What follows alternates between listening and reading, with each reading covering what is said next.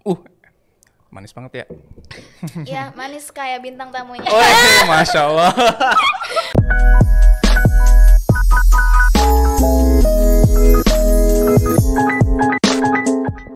Halo semuanya, selamat datang di Chemistry Story, mengubah reaksi menjadi inspirasi. Wah, senang sekali ya bertemu dengan teman-teman semua di episode perdana ini. Betul banget Teh. Kira-kira kita mau ngapain aja sih di episode perdana kali ini? Nah, jadi di episode perdana ini kita tuh mau mengajak teman-teman semua untuk berpetualangan di dunia kimia yang pastinya seru dan penuh dengan kejutan loh Teh. Wah, pastinya seru banget tuh. Iya, betul Ada banget. bintang tamunya nggak? Ada loh, jadi kita tuh nggak hanya berdua, kita juga ditemani sama tamu spesial kita kali ini. Wah, jadi penasaran nih Teh. Iya, aku juga penasaran. Tapi sebelum itu kita kenalan dulu gak sih? Soalnya kan tak kenal maka tak sayang. Iya, jadi boleh Teh perkenalan dulu. Oke, halo Sobat Chemistry. Perkenalkan, nama aku Kayla Yasin Paujia. Dan aku Sipa Nugra. Nah, jadi di sini kita akan menemani kalian semua selama 30 menit ke depan. Itu podcast pertama ya Teh. Iya. Nah,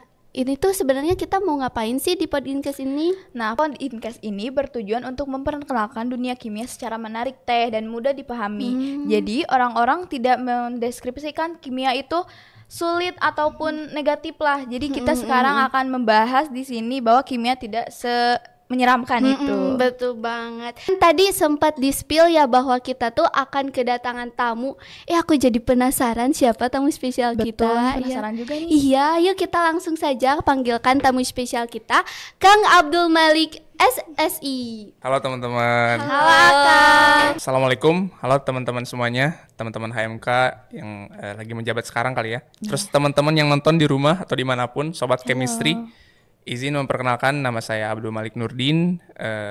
Saya lulusan Universitas Garut juga, jurusan kimia tahun 2018. Oh, begitu. Ya, betul. Dan aku juga sempat baca nih si Piakang, ternyata banyak banget loh Teh prestasinya, mulai dari Nggak bidang banyak juga sih, kimia alhamdulillah lah ya. maupun non kimia ya.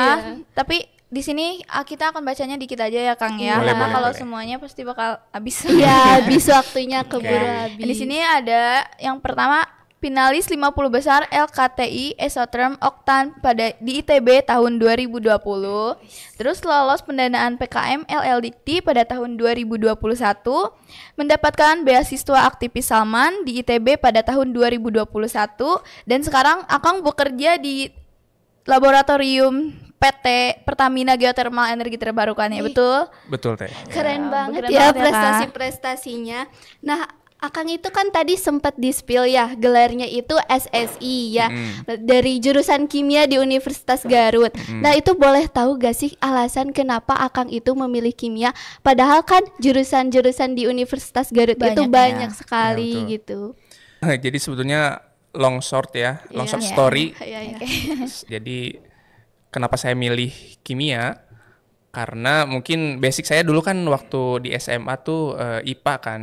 Dan mungkin teman-teman di rumah juga, teman-teman juga kan sudah mengenal kalau di IPA tuh identik dengan pelajaran kan. Iya. Yang pertama tuh biologi, kimia, fisika, juga matematika kan. Nah, karena saya sadar dengan kapasitas diri saya, kalau misalkan saya milih biologi, Iya. itu kan full hafalan Iya, ya. full hafalan.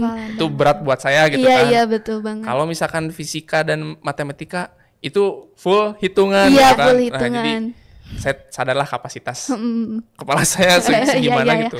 Dan ternyata di kimia tuh itu tuh intermediate gitu kan. Jadi half to half lah. Setengahnya hafalan, setengahnya hitungan gitu. Jadi Oh. saya ngambil kimia gitu. Jalan pintasnya kimia Ya ya. tengah-tengah Iya. lah Iya. gitu. Jalan tengah-tengahnya. Nah, di balik itu pasti Akang ada ketertarikan nih, dikit dilihat dari kimia. Apa sih ketertarikan Akang akan hal kimia? Kimia gitu. Nah, jadi sebetulnya kenapa saya senang sama dunia kimia tuh, spesial itu senang sama dunia energi gitu. Jadi isu energi itu sudah saya angkat dari SMP tuh. Jadi waktu SMP tuh dulu pernah ada science project gitu. Nah, isu yang saya ambil tuh adalah tentang baterai gitu. Nah, si baterai itu tuh sebetulnya baterai yang biasa di pasaran, cuman ternyata ada alternatif lain. Si isi dari baterai itu tuh diganti dengan bahan organik gitu. Nah, diganti tuh sama dulu tuh banana peel atau kulit pisang. Oh, bisa. Nah, bisa itu tuh. Nah, setelah saya ganti isinya, saya coba ke jam dinding. Jam dinding. Dan ternyata lumayan cukup bertahan lama sampai 1 minggu gitu. Nah dari sana tuh ya. sudah ada ketertarikan gitu. Dan terus pernah juga waktu SMA gitu kan ikut event yang diinisiasiin oleh salah satu perusahaan geotermal atau panas bumi gitu. Dan mereka jelasin skemanya, ternyata menarik gitu. Cuman memang dulu belum ada referensi ternyata anak kimia tuh bisa join di sana gitu. Nah, cuman ternyata pas waktu kuliah dan baca-baca juga ngobrol sama beberapa teman, ternyata kita sebagai kimiawan juga ada chance, ada opportunity atau ada peluang buat berkecimpung di dunia energi gitu. Salah satunya adalah geotermal gitu. Jadi pada saat itu seperti kayak melihat kimia tuh seperti cinta pada pandangan Iya. pertama. Harus ya teh ya, bisa dibilang nggak sih? First love gitu ya. Iya, betul. Jadi langsung kayak ternyata kimia itu seru gitu Iya, ya. menyenangkan ya Seperti kimia itu. tuh. Nah, menurut pendapat Akang nih kan tadi sudah tertarik gitu ya ke kimia. Menurut pendapat Akang itu gimana sih tentang masyarakat awam yang masih menganggap bahwa kimia itu kayak berbahaya lah, terus sulit kan? Tadi kan help to help, hafalan teori itu pasti kayak sulit banget gitu. Itu gimana sih menurut Akang? Jadi kalau misalkan tentang ilmu kimia ya, memang ini stereotype yang sudah cukup lama ya. Mungkin kalau menurut Akang ya, dilihat dari sejarah gitu kan, kenapa orang-orang tuh menganggap bahwa kimia itu menakutkan? Karena kan kita sudah pernah mengalami yang namanya tuh peristiwa bom nuklir gitu kan. Sedangkan nuklir itu lekat dengan kata kimia Iya, gitu. trauma lah ya. Akhirnya kan gitu kan. Terus banyak juga ya di daily story kita di masyarakat gitu kan, keracunan lah gitu. Dan terus pasti narasi yang diangkat tuh ini Kimia. karena terpapar oleh bahan kimia gitu kan. Betul. Tapi kan kalau kita sebagai kimiawan sebetulnya yang sudah belajar di dasar gitu kan, kita udah ngerti nih sebetulnya kimia tuh tidak cukup hanya di satu sisi itu doang kan, tapi cakupannya luas gitu. Banget, ya. Bahkan mencakup semuanya gitu. Bahkan dalam makanan yang sehari-hari kita makan pun itu sebetulnya kimia juga gitu kan. Cuman nah itu tidak diedukasikan atau tidak sampai ke masyarakat awam gitu. Nah itu makanya kenapa stereotip yang muncul di masyarakat itu tentang kimia itu malah konotasinya itu lebih ke arah negatif Iya, gitu. betul banget. Padahal kita menghirup udara aja udah kimia. Iya kan, udah kimia kan. Hidup Iya. karena kimia. Iya, betul. Dalam tubuh banget. kita pun kan sebetulnya fullnya kan sama kimia Karbon, juga ya, kan. kayak Iya. gitu. Iya, betul banget. Nah nih Kang, kan sekarang tuh Gen Z ya. Ya, betul. Biasanya tuh anak-anak Gen Z sekarang tuh nggak mau ribet gitu kan. Gimana sih cara mempopulerkan kimia khususnya untuk anak-anak generasi muda biar peminat dari bidang kimia itu banyak gitu? Sebetulnya kalau misalkan ditanya buat memantik anak-anak Gen Z tertarik dengan kimia, tentunya yaitu budaya literasi harus ditingkatkan kan ya. Nah itu. Terus sebetulnya sekarang kan informasi itu lebih cepat kan, gitu kan. Harapan saya sih informasi itu lebih mudah digapai oleh anak-anak Gen Z gitu. Itu tuh bisa jadi chance atau opportunity buat teman-teman Gen Z tertarik dengan dunia kimia. Salah satunya ini kan podcast ini kan. Betul Oh, banget, iya. podcast ini juga kan tujuannya kan buat menginfluence Iya, kimia kan betul. ke Gen Z Iya, salah betul satunya banget. gitu kan. Bahwa Nah, ya mudah-mudahan harapannya nanti Gen Z bisa lebih kenal dan tertarik gitu iya, kan. lebih cinta sama kimia. Iya Iya, betul. Nah kan tadi peran kimia tuh banyak banget ya. Kita hidup aja pakai kimia Iya, gitu betul. ya. Nah itu ada gak sih peranan kimia di bidang lain gitu, kayak di kehidupan sehari-harinya? Ya tadi udah di-spill ya sebetulnya. Salah satunya di bidang energi gitu. Mungkin ini yang saya sedang geluti sekarang gitu ya di bidang energi. Nah jadi buat teman-teman yang pengen tahu nih, di geothermal pun ada salah satu aspeknya tuh namanya tuh geokimia gitu. Jadi kita tuh harus tahu nih bisa mengetahui karakteristik dari sumur yang diproduksi sebagai uap panas bumi. Nah, yang nantinya diolah sebagai listrik. Itu tuh kita bisa tahu nih kondisi sumurnya tuh berdasarkan informasi-informasi senyawa kimia gitu. Jadi misalkan nih kadar-kadar senyawa tertentu, misalkan amonia, boron, atau anion kationnya gitu kan, dan gas-gasnya itu tuh merepresentasikan kondisi sumurnya gitu. Dia tuh temperaturnya kayak gimana, terus jenis batuannya kayak gimana gitu. Nah nanti itu bisa dibaca dan diolah oleh orang-orang geokemis gitu kan disebutnya. Jadi Nah, nanti diolah, diproses. Nah, ini bisa diproduksi nggak? Oh, ternyata oke diproduksi gitu. Nah, nanti bisa diolah menjadi listrik. Kalau cara mengetahuinya hal itu bisa diproduksi atau tidaknya dari gimana, Kang? Nah, itu sebetulnya panjang ya skemanya gitu. Jadi di geothermal pun nanti tuh ada namanya tuh kegiatan manifestasi gitu. Jadi kita tuh kegiatan sampling di beberapa titik yang menjadi potensi panas bumi. Nah, jadi awalnya tuh kita manifestasi dulu gitu. Di proses manifestasi kayak misalkan tiba-tiba keluar uap gitu kan, misalkan di permukaan tanah tuh ada uap. Oh, ini kayaknya potensi panas bumi nih. Kita sampling nih, ambil kita ukur kadarnya gitu. Nah, nanti yang membaca itu adalah geokemis gitu. Sebetulnya saya referensinya literasinya belum sejauh itu ya. Kapan nih sumber-sumber manifestasi bisa kita produksi gitu. Sebetulnya panjang juga kan sebetulnya. Selain dari geokemis kan ada geologi juga gitu kan, dari geofisika juga. Jadi ada multidisiplin ilmu yang lain yang diperlukan buat menunjang itu gitu. Jadi bukan geokemis doang. Tapi kalau misalkan dari segi geokemis, yaitu kita analisis nih kandungan atau senyawa yang eksis di sana tuh apa gitu. Gitu ya. Nah, Kang, di kimia ini kan identik sama praktikum ya. Pernah nggak sih Akang mengalami hal-hal yang menarik saat praktikum gitu, terutama saat perkuliahan? Pernah ini. Boleh jadi diceritakan ke sobat chemistry di rumah. Cukup lucu dan kaget juga saya ya. Jadi saya tuh punya teman. Nah, mungkin dia basicnya gak tau ya, saya lupa lagi dia basicnya IPA atau bukan gitu. Nah, dulu tuh masih praktikum kimia dasar. Nah, mungkin referensi kita terkait dengan chemical itu masih minim ya. Iya. Nah, terus dulu tuh qadarullah di kampus tuh belum ada ruang asam. Oh, bahaya dong kan. Iya, tapi alhamdulillah sekarang udah ada ya. Jadi aspek safety-nya sudah ada gitu ya. Nah, dulu tuh teman saya kondisinya lagi hujan nih. Kondisi lagi hujan, praktikum kimia dasar. Kita pakai chemical asam pekat, bayangin asam pekat ya. Iya. Asam pekat kita pakai asam klorida dulu tuh. Nah, Amalik sebetulnya nggak satu kelompok sama teman Amalik tuh.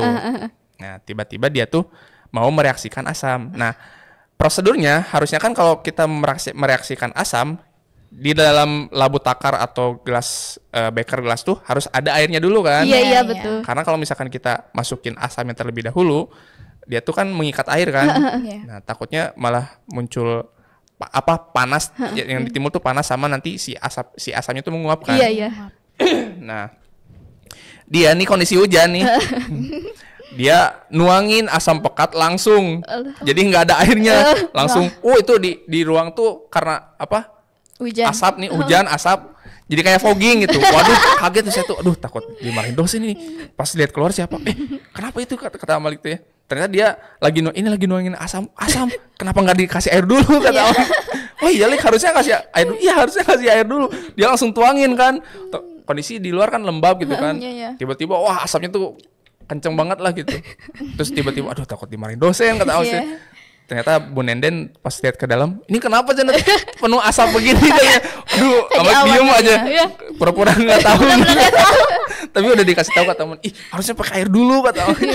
Itu sih paling unik lah lucu gitu. Tapi teman-teman jangan dipraktekkan ya teman-teman ya. Jadi harus kalau misalkan kalian mau nge-lab kan dosen atau praktikan juga kan aslab juga kan sudah ngasih tahu yang pertama tuh kalian harus membaca yang namanya tuh MSDS MSDS atau karakteristik dari chemical yang kalian mau handling nih karakternya kayak gimana gitu, cara mitigasinya kayak gimana, cara pakainya kayak gimana gitu, biar nggak kejadian kayak gitu kan.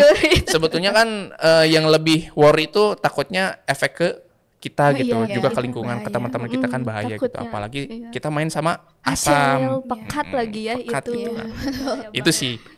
Itu jadi kayak kenangan tersendiri, gak bisa dilupakan gitu ya. Betul banget. Nah, kalau dari Akang sendiri itu pernah ngalamin kegagalan gitu gak sih kalau pas praktikum, kayak kan sebelum praktikum itu ada pretest, terus praktikum, terus ada posttest juga ya kadang-kadang. Nah itu Akang sendiri pernah mengalami kegagalan gak sih, atau kayak mulus-mulus aja karena sudah cinta sama kimia?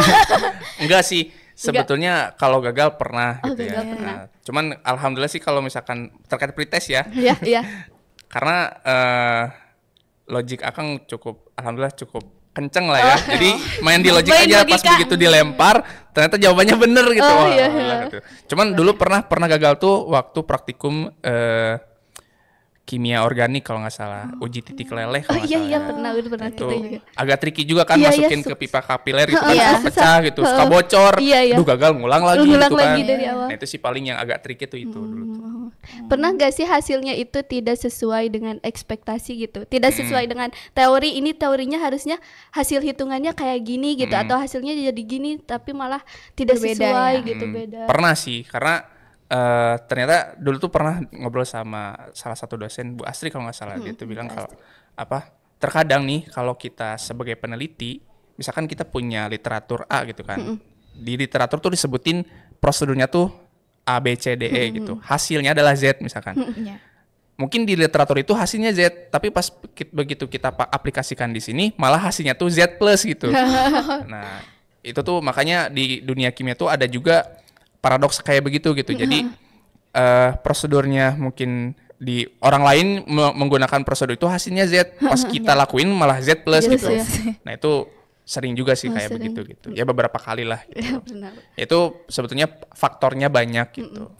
Faktor kesalahannya ya dari Ya produk mungkin itu dari human sendiri. errornya bisa, dari Iya, chemicalnya, dari mungkin alatnya dari gitu. alat, dari kondisi lingkungan pun sebetulnya mempengaruhi gitu. Iya betul. Nah Kang, aku nih suka ditanya nih, kalau kamu masuk jurusan kimia kerjanya nanti apa gitu. Sedangkan kan emang prospek kerja kimia itu luas ya. Sebetulnya Mungkin luas. teman-teman nggak tahu mungkin ya. Nah menurut Akang nih, boleh nih di-spill ke teman-teman di rumah apa aja sih prospek kerja kimia itu? Prospek kerja kimia ya tentu tadi ya kalau seperti Akang ya di dunia energi gitu kan, Iya. terus di dunia industri, atau kalian misalkan pengen jadi peneliti juga gitu kan. Nah itu apalagi jadi peneliti kan banyak banget Iya, kan iya. Iya. sektornya gitu. Kita bisa ke kesehatan, Iya, iya. terus ke kesehatan, terus food industri makanan, Iya, iya, bisa terus misalkan manufaktur. Jadi sebetulnya di semua sektor tuh butuh kemisnya gitu, Iya, iya. pasti butuh gitu. Jadi ya itu sih nanti sebetulnya disesuaikan dengan pattern atau ketertarikan teman-teman gitu. Kalau kan Akang ini sekarang sudah bekerja sebagai tenaga laboratorium ya. Ya, Nah alhamdulillah. itu ada gak sih Akang pernah gitu ngelakuin inovasi baru ketika Akang bekerja gitu? Nah, terkait dengan inovasi sebetulnya, jadi dulu tuh waktu PKL nih, nah PKL kan sebetulnya di tempat kerja yang sekarang gitu. Saya tuh melakukan inovasi, mencoba dengan metode yang lain gitu, metode baru gitu. Nah, dan diangkatlah menjadi tugas akhir gitu. Jadi dulu tuh saya tuh analisis amonia, sampel panas bumi, Iya. itu menggunakan metode indofenol gitu. Nah, sebetulnya yang jadi titik berat masalahnya di analisis amonia tuh karena menggunakan salah satu metode yang sebetulnya masih boleh digunakan, cuman direkomendasikan untuk diganti dengan metode yang lain. Nah, saya tuh cari metode alternatifnya apa gitu.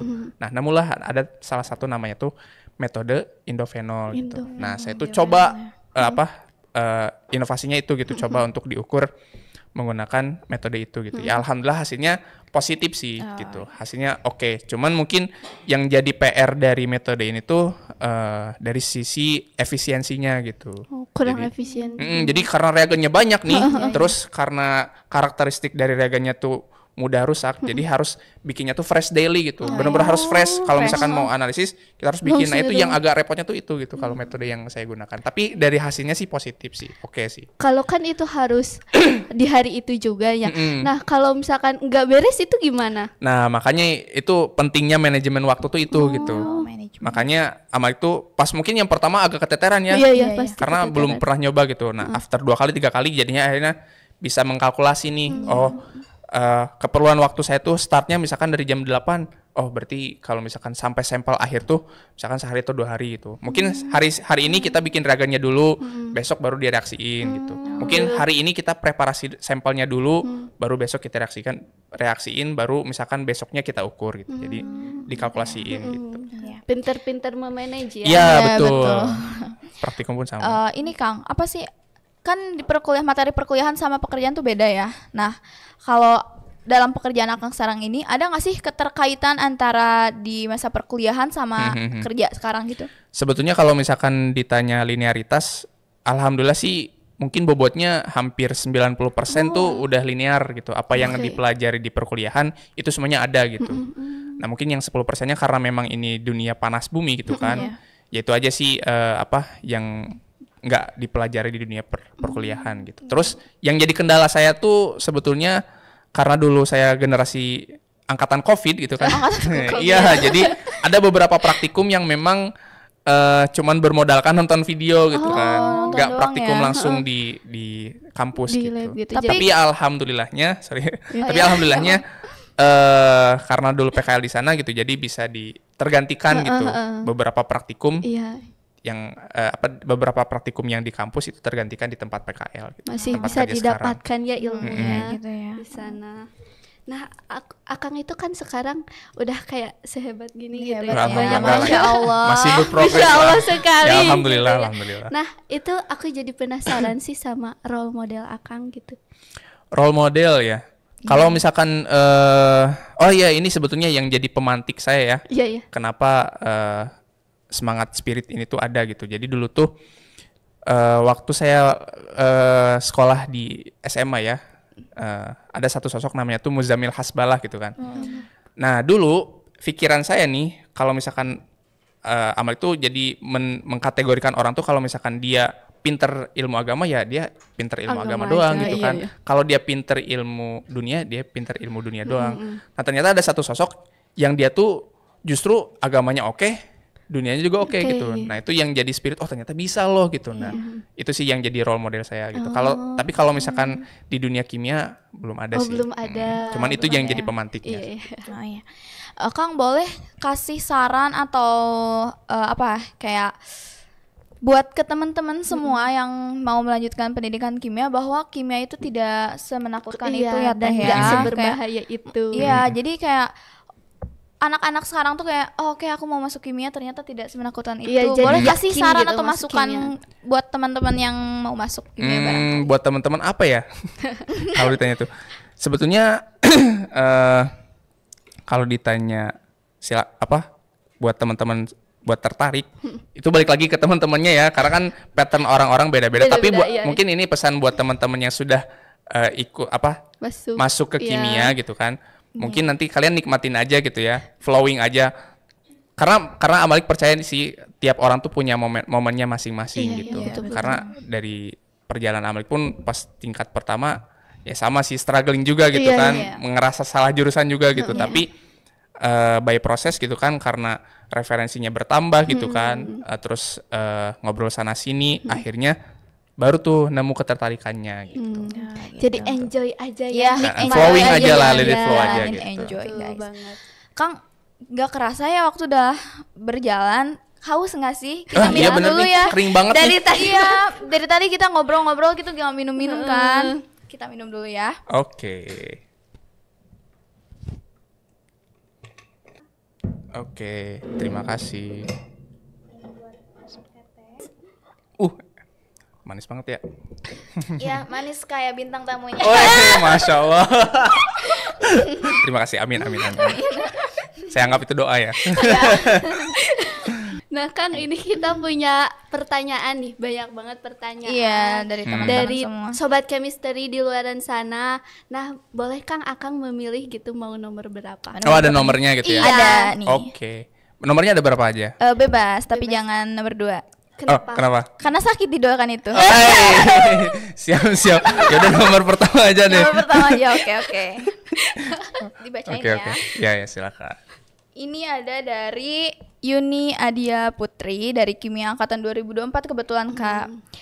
Pertanyaannya, bagaimana cara kita supaya bisa mengefisienkan waktu dalam pembelajaran nih katanya. Terkait dengan efisiensi pembelajaran ya. Iya. Nah, mungkin teman-teman nanti kalau saya ya dulu tuh pernah ada di tahap flowing gitu kan. Ya udahlah mengalir aja gitu. Tapi akhir-akhir ini ternyata karena sudah cukup banyak kesibukan, mungkin teman-teman nanti bisa runtut ini targetan atau kesibukannya tuh di per hari ini apa aja gitu kan. Nah, nanti bikin skala prioritas gitu. Nah, nanti mengkerucut tuh akhirnya bisa di-manage nih. Oh, ternyata yang harus dieksekusi sekarang ini. Jadi kalau saya tuh biasanya skala prioritas dulu aja gitu. Gitu. Nanti sisanya mengikuti gitu. Jadi mengutamakan skala prioritas. Iya betul. Yang dari mana-mana juga kan didahuluin Karena prioritas. iya bener, karena kan terkait dengan efisiensi belajar. Kalau dulu tuh pernah struggling tuh juga gampang ke distract gitu kalau amal itu kan. Mungkin teman-teman juga ada yang pernah mengalami gitu. Misalkan nih kita karena saking banyaknya tugas nih. Tugas sama kegiatan. Nah, ini yang struggling juga kan kadang orang-orang tuh